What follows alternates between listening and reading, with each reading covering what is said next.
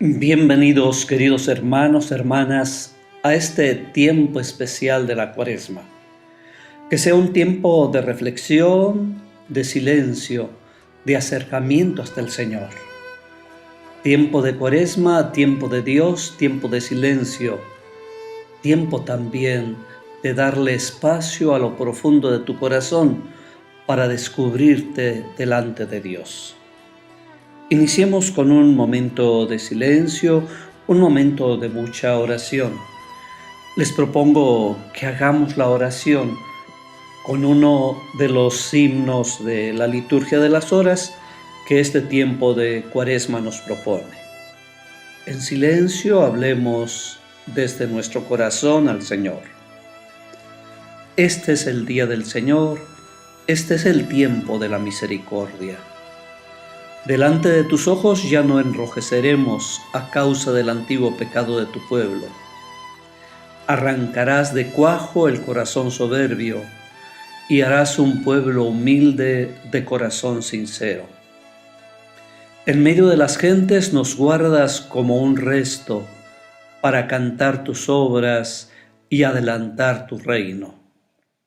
Seremos raza nueva para los cielos nuevos, sacerdotal estirpe según tu primogénito. Caerán los opresores y exultarán los siervos. Los hijos del oprobio serán tus herederos. Señalarás entonces el día del regreso para los que comían su pan en el desierto. Exulte en mis entrañas, alégrese mi pueblo, porque el Señor que es justo revoca sus decretos. La salvación se anuncia donde acechó el infierno, porque el Señor habita en medio de su pueblo. Señor, concédenos que este tiempo de Cuaresma sea un tiempo especial de tu presencia en medio de nosotros, que sea un tiempo de acercamiento, que sea un tiempo de palpar tu misericordia. Queridos hermanos, hermanas, acerquémonos a este tiempo de Cuaresma, estos días, estas pláticas a través de los diferentes medios de comunicación que iremos reflexionando.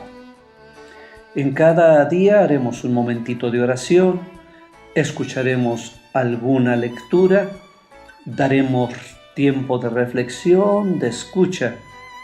Lo importante no es cuánto o cómo hable yo. Lo importante es que dejes hablar a Dios en tu corazón y que hables tú con el Señor en tu corazón. El Papa nos propone para este año en su mensaje de Cuaresma un mensaje muy claro. En nombre de Cristo les pedimos que se reconcilien con Dios. Y este será el sentido de la Cuaresma. Y inicia diciéndonos, el Señor nos vuelve a conceder este año un tiempo propicio para prepararnos a celebrar con el corazón renovado el gran misterio de la muerte y resurrección de Jesús, fundamento de la vida cristiana personal y comunitaria. Debemos volver continuamente a este misterio, con la mente y con el corazón. De hecho, este misterio no deja de crecer en nosotros en la medida en que nos dejamos involucrar por su dinamismo espiritual y lo abrazamos respondiendo de modo libre y generoso. Tiempo de Cuaresma es tiempo de preparación, tiempo de catecumenado. Antiguamente se proponía como el tiempo de preparación para los sacramentos de iniciación cristiana, en especial el bautismo, y todavía tiene mucho este sentido: recuperar la gracia, recuperar nuestro bautismo, recuperar el ser hijos de Dios. Nos pasa que a los hombres se nos embota frecuentemente el corazón. Ocurre que la solicitud y la preocupación por las cosas materiales es capaz de apagar completamente los mayores ideales y hasta las impresiones de las preguntas fuertes sobre de qué le sirve al hombre ganar el mundo entero si al final pierde su alma. Y estos días, 40 días o 3 o unas horas, un tiempo. Lo importante es frenar ese caminar tan apresurado, es detenernos, es detener la marcha ante el extravío de las sensibilidades para escuchar de nuevo los martillazos de las grandes verdades acerca de nuestra vida, acerca de hacia dónde vamos, acerca de quiénes somos, qué queremos. Y este será el tiempo de Cuaresma. Tiempo de balance delante del Señor. Tiempo de recuperación. Tiempo de irnos al desierto. Si es preciso, aun cuando todo el mundo anuncia viajes en Semana Santa y en otros lados, es buscar espacios de silencio para hacerte llegar hacia Dios. 40 días como los días de Cristo, pero en los años del tiempo de Israel fue 40 años, 40 días que podamos acercarnos al Señor. Es el tiempo de la Cuaresma, es el tiempo propicio para acercarte a Dios. Originalmente la Cuaresma tenía, como ya decía, un sentido bautismal, como preparación de los catecúmenos y una alerta a los cristianos. Cuaresma. Luego también se adquirió un sentido penitencial, no solo para los que se iban a bautizar, sino sobre todo para quienes se sentían pecadores y que hacían también penitencia, a veces pública, y eran públicamente reconciliados con la Iglesia el último día de la Cuaresma, el Jueves Santo. 3 son los grandes temas de la Cuaresma al paso de los tiempos. El tema bautismal. Así están los ejercicios, así están las pláticas, así está el camino de la Cuaresma. Hay a través de ella una serie de temas de marcado sentido bautismal, no solo como preparación para los catecúmenos, sino como una exigencia y una toma de conciencia para los que ya hemos sido bautizados, que la mayoría de nosotros fuimos bautizados niños y necesitamos recobrar ese sentido bautismal. Este sentido lo tendremos sobre todo en las 3 últimas charlas que corresponden a los 3 últimos domingos, con temas fundamentales como el agua en la samaritana, la luz en el ciego de nacimiento o la vida en la resurrección de Lázaro. Estos temas son tan importantes que se pueden tomar cada uno de ellos como un tema de Cuaresma. El segundo tema es un sentido penitencial. Ya desde la antigüedad se tenía un sentido de ayuno. El sentido penitencial de la Cuaresma sería importante recobrarlo. Conversión, cambio. Ojalá que en estas pláticas, en estas charlas, podamos sentir y revivir ese sentido. Pero quizás el más importante tema, y que el Papa nos lo insiste, sea el sentido de la Pascua. Recobrar y entender como el Cristo vivo resucitado que nos espera. Y así, en estos días, en estas pláticas que iremos comentando, platicando con cada uno de ustedes y que esperamos que lleguen a nuestro corazón, tendrá como esos 3 sentidos como para nosotros dar una fortaleza. Un sentido del misterio pascual, un sentido de la urgencia de la conversión, que siempre, a todas horas, en todo momento lo necesitamos, y una invitación fuerte de Dios que quiere que nos acerquemos a Él a participar con su Hijo en la resurrección, en la vida. Entonces, en esta breve introducción, miremos la Cuaresma como vida, conversión, temas bautismales. ¿Qué recuerdas tú de tu bautismo? ¿Cómo te sientes al saber que eres hijo de Dios? Dejamos un momento de reflexión para irlo profundizando cada uno de nosotros.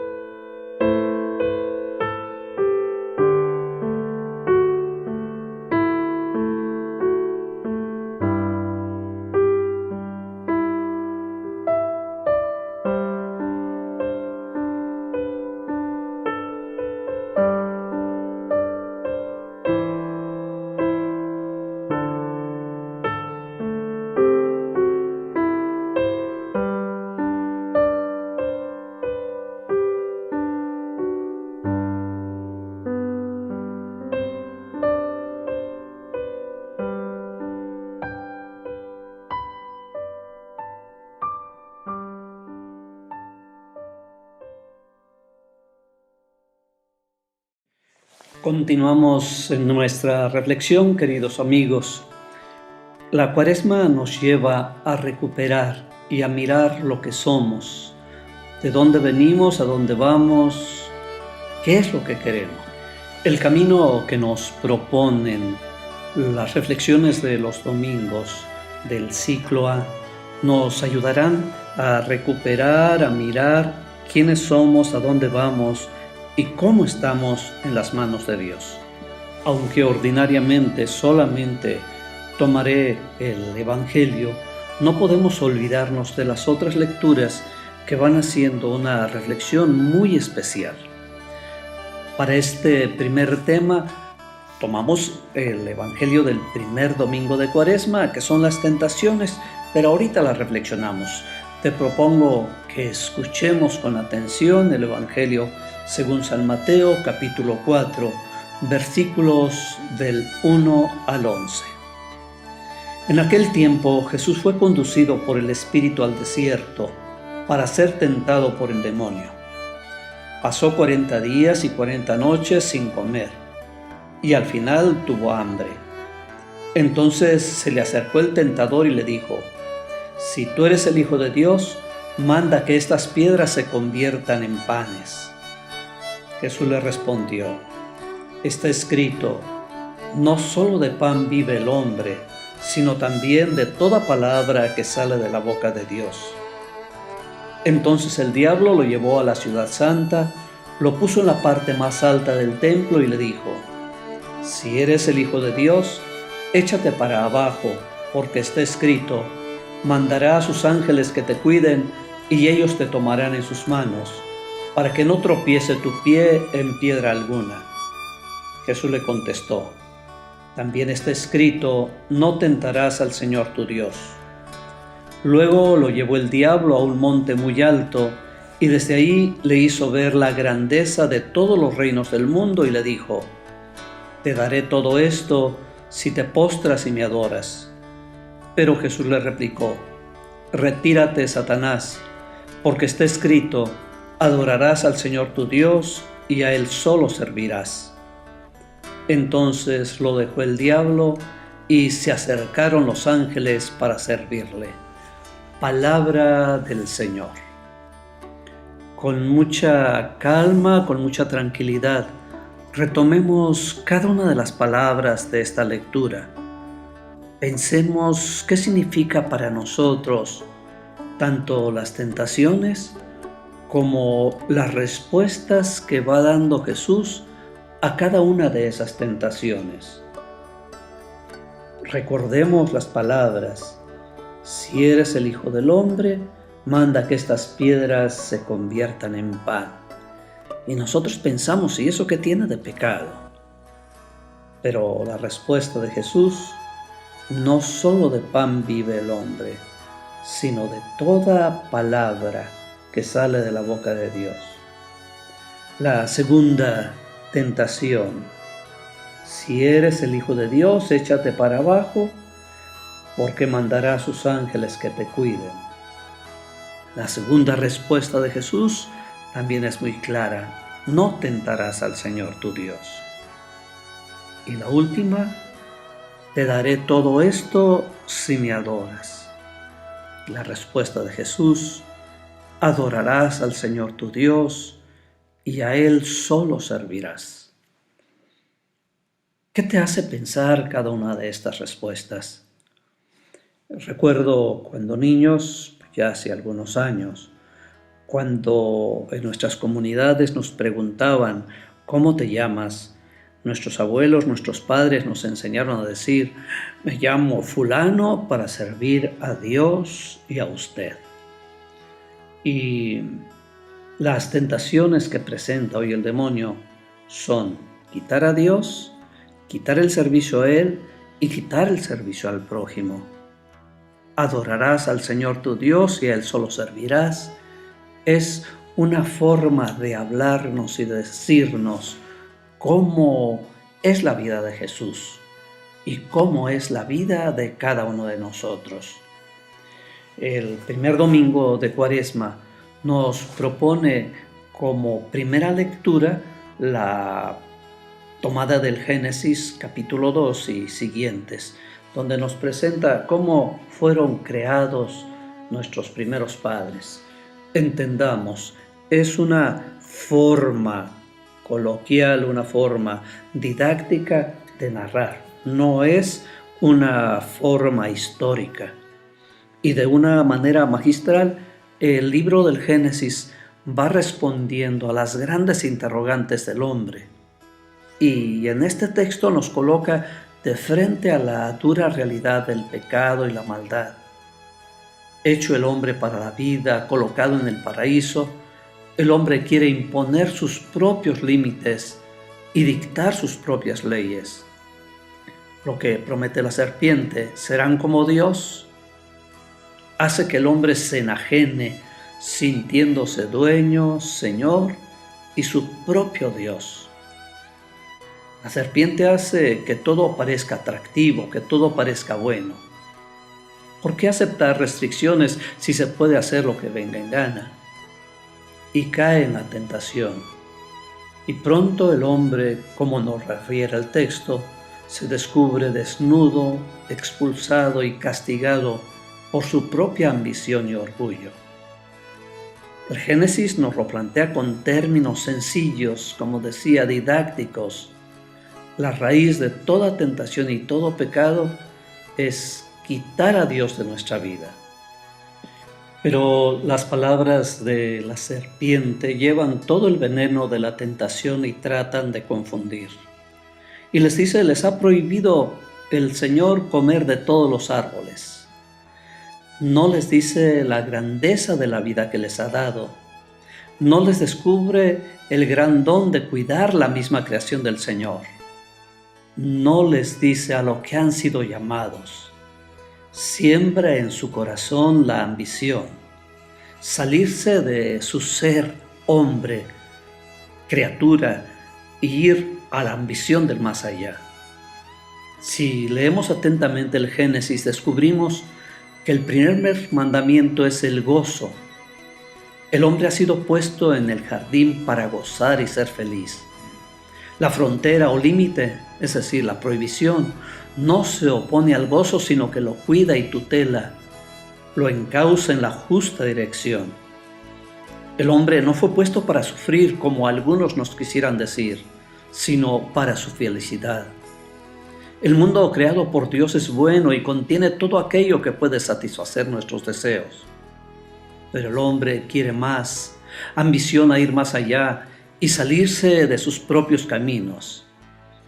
Alguien me decía que es como un pececillo en el agua, que quisiera salirse de su ambiente, se sale de su ambiente y se ahoga porque le falta el agua.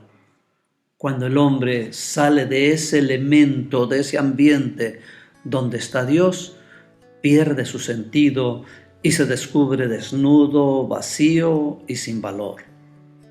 El hombre que quiere ser Dios y reniega de Dios pierde su verdadero significado.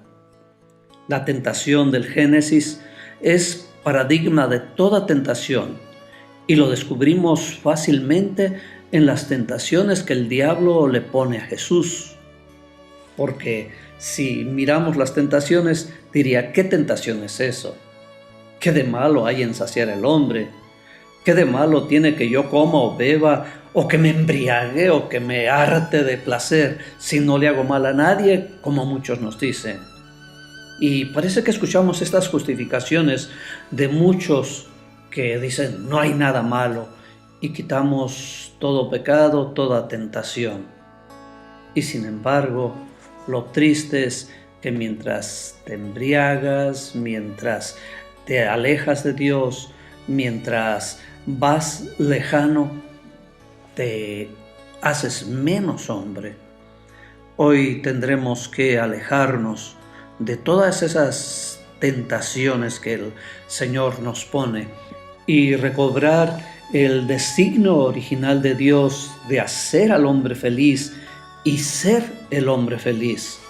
Contrario al pecado del Génesis, terminaba nuestra lectura de San Mateo de las tentaciones con el verdadero sentido del ser humano. Adorarás al Señor tu Dios y a Él solo servirás. Servicio, alegría, donación es la verdadera esencia del ser humano. Pensemos, ¿para qué estoy yo aquí? ¿Cómo estoy viviendo? ¿Qué cosas me quitan la alegría y la felicidad?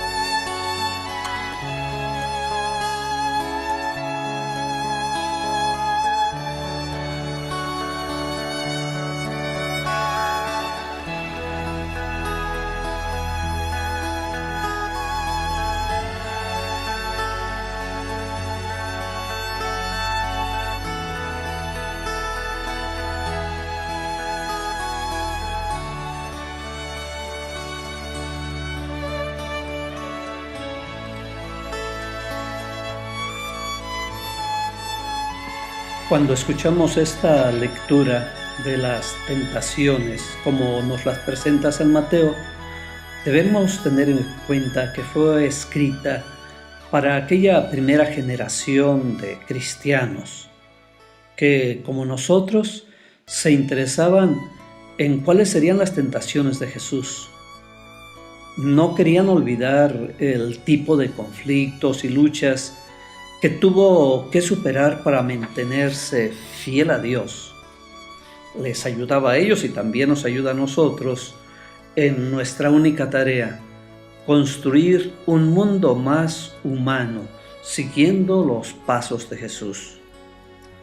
El relato es sobrecogedor, nos habla del desierto, y en el desierto se puede escuchar la voz de Dios, se puede retornar al amor primero, pero también se puede sentir la atracción de fuerzas oscuras que nos alejan de Él.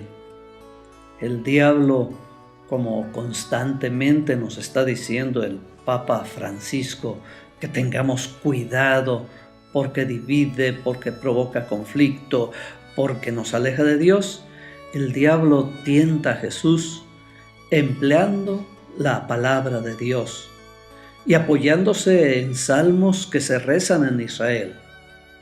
Hasta en el interior de la religión, hasta en las cosas más buenas, hasta en nuestras mejores intenciones, se puede esconder la tentación de distanciarnos de Dios.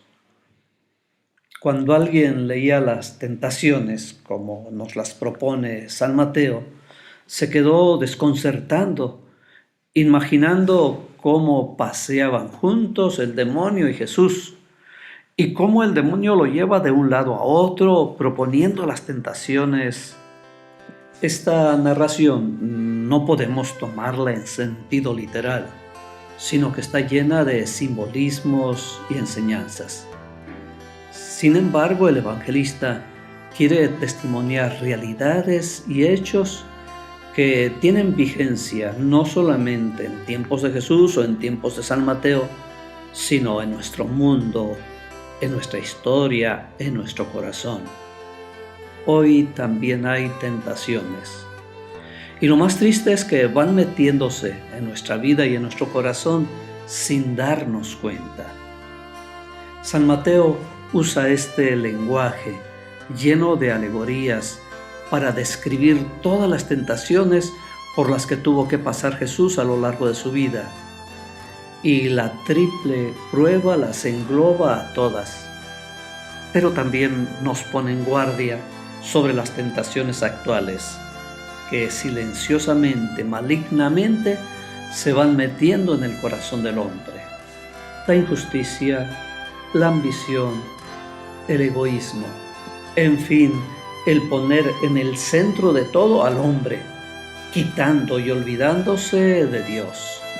La primera de las tentaciones, que las piedras se conviertan en pan, que le pone el demonio a Jesús utilizando salmos de la misma palabra de Dios, nos llevaría a un mundo donde solamente se vive del placer, del disfrutar y del gozo egoísta. Nada raro en nuestro mundo escuchar: si a mí me gusta, si a nadie le hago daño, si los dos queremos, si el otro también quiere. ¿Por qué es malo? ¿Qué les importa a los otros si yo me drogo, si yo hago lo que yo quiero, con mi dinero, con mi salud, con mi cuerpo? Y sin embargo, nos llama Jesús a descubrir lo profundamente erróneo de esta afirmación. Cuando solo nos guiamos por los propios gustos y satisfacciones, dejamos fuera a los hermanos, degeneramos nuestro propio cuerpo y nuestro propio ser. Sí, para darnos gusto y saciar nuestros apetitos, atentamos contra la dignidad y el derecho de los demás y con nuestra propia dignidad. ¿Cuántos gobiernos e instituciones se conforman con pan y circo que ambiciona el pueblo y distraen a los ciudadanos de sus verdaderas necesidades y derechos? Es más fácil acallar las necesidades y dar a tole con el dedo que responder a las verdaderas prioridades que tiene el pueblo.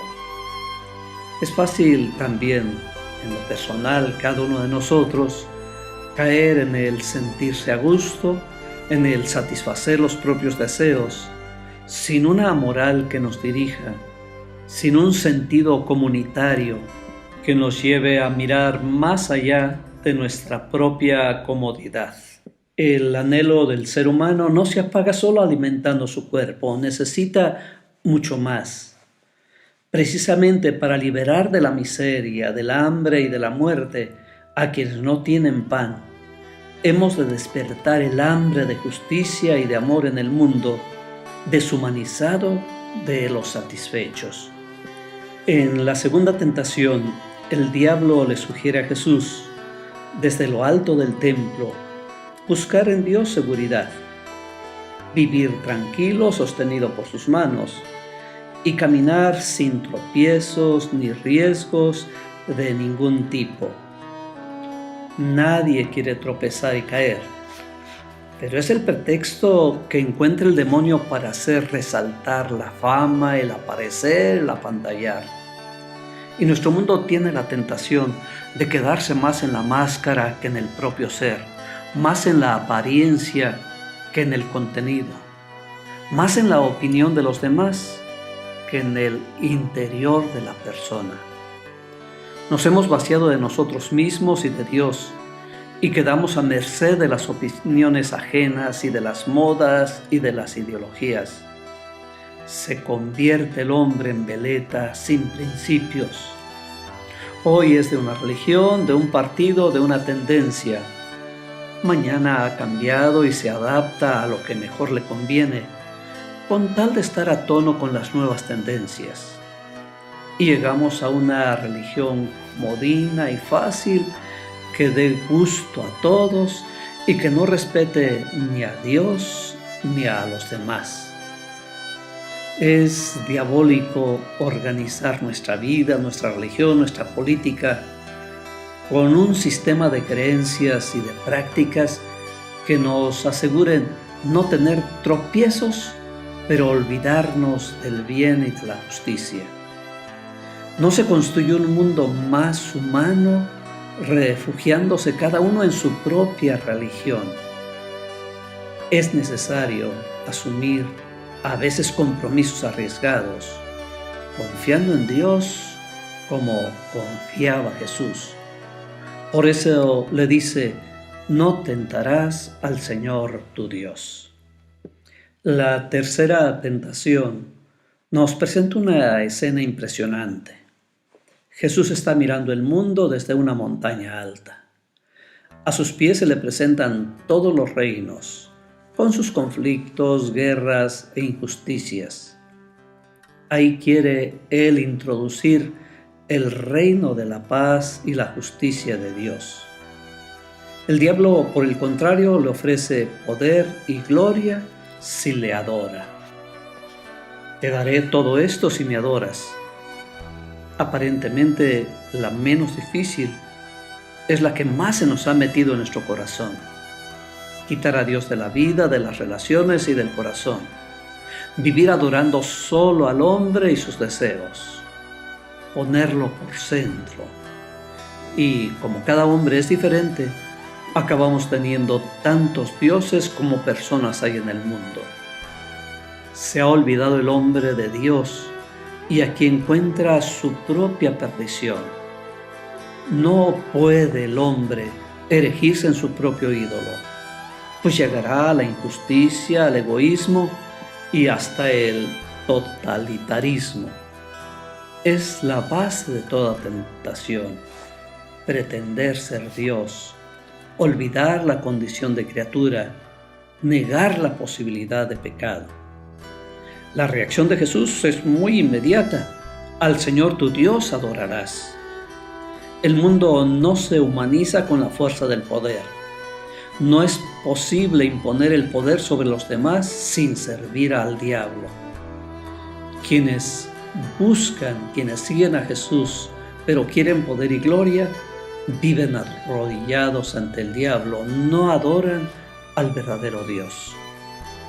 Así termina este relato y nos dice, adorarás al Señor tu Dios y a Él solo servirás. Piensa en un momento, ¿hay alguna tentación que se te haya metido en el corazón?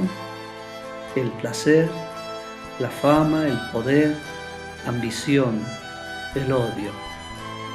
¿Qué le dices al Señor Jesús? Retoma sus palabras. Al Señor Dios adorarás y a Él solo servirás.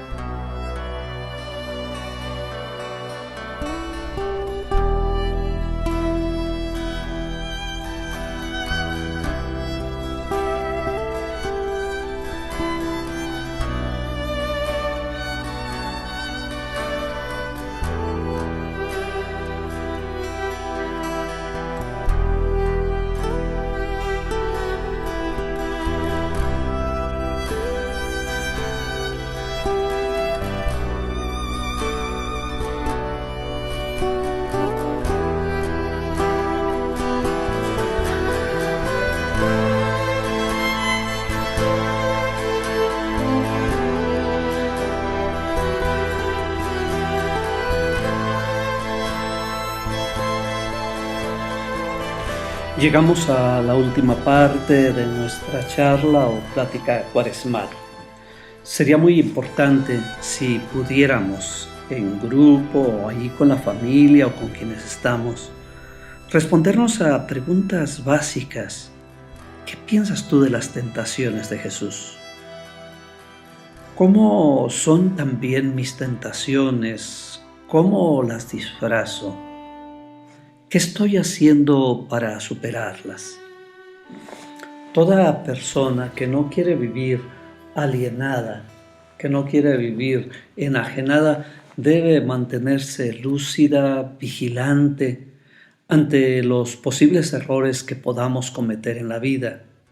Y una de las aportaciones más válidas de Jesús es ofrecer a quien le conoce, a quien le sigue, la posibilidad de ser cada día más humano.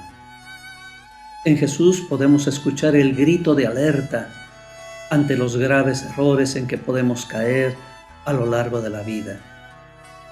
El primer error consiste en hacer de la satisfacción de las necesidades materiales el único objetivo de nuestra vida. Pensar que la felicidad última del ser humano se encuentra en la posesión y en el disfrutar de los bienes, como constantemente nos están diciendo sobre todos los medios de comunicación. Según Jesús, esa satisfacción de las necesidades materiales, aunque es muy importante, no es suficiente. El hombre se va haciendo humano cuando aprende a escuchar la palabra del Padre que le llama a vivir como hermano. Entonces descubre que ser humano es compartir y no poseer, dar y no acaparar, crear vida y no explotar al hermano. El segundo error consiste en buscar el poder, el éxito o el triunfo personal por encima de todo y a cualquier precio. No está Jesús en contra de la superación, no está a favor de un apocamiento o de una apatía, no, quiere que nos superemos, pero no pisando a los demás, incluso no siendo infiel a la propia misión y cayendo esclavo de las idolatrías más ridículas. Según Jesús, la persona acierta, no cuando busca su propio prestigio y poder en la competencia y la rivalidad con los demás, sino cuando es capaz de vivir en el servicio generoso y desinteresado a los hermanos.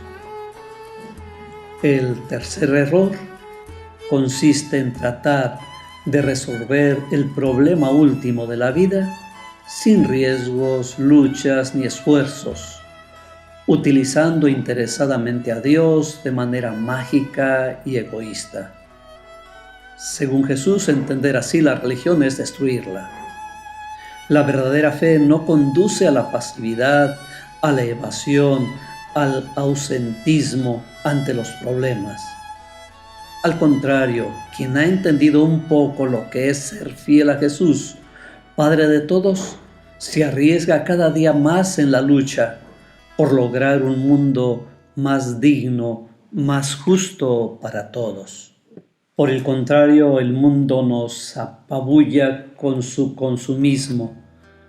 Todo gira en torno a ese consumo de bienes superfluos. Pero ¿sabemos lo que estamos haciendo? ¿Queremos seguir aparentando, consumiendo de esta manera? ¿No necesitamos acaso cambiar y humanizar un poco nuestra vida? En estos días de retiro cuaresmal, en estas pláticas, quizás lo primero que debamos hacer es tomar conciencia de lo que estamos haciendo.